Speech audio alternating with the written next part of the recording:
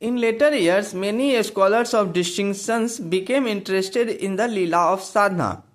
Speculations and theories were mooted, but as Pandit Gopinath Kaviraj ji had stated clearly, it could not be classified under any rubric mentioned in the Shastras. Sri Ma has on occasions spoken about this Leela in her own inimitable style, which is simple but profound. The yogic kriyas were just like playfulness of earlier years. For me, there was no difference or necessity either for the one or the other.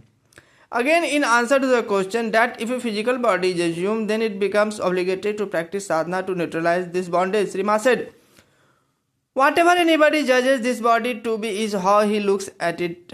Some others say that if sadhana has been performed in previous lives, then the last life is a culmination of it.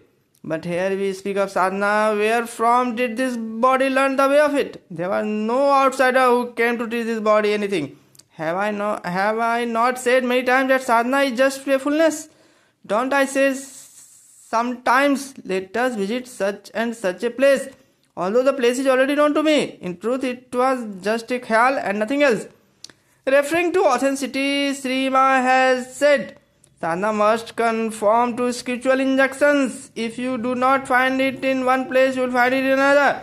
How much can be done? After all, in a railway timetable, you can see the names of a big city. If you keep on traveling, you will see much of it what is assumed not mentioned in a travelogue. The indications are all given in the scriptures. If you come across some exceptions as far as sadhana by this body is concerned, then you will know it as other than orthodox way. At least you will find them mentioned as unorthodox procedures. So after all, you have found them mentioned, isn't it?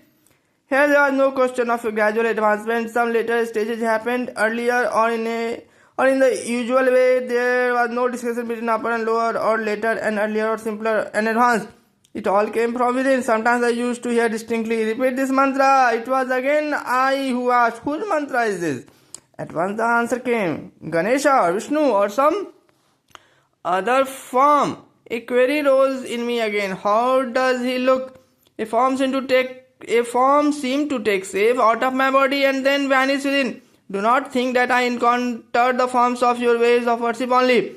What you could say alien forms were also manifested in a similar way and worshipped by me. This is why you find me so conversant with the details of ritualistic procedures of countless ways of relating to God.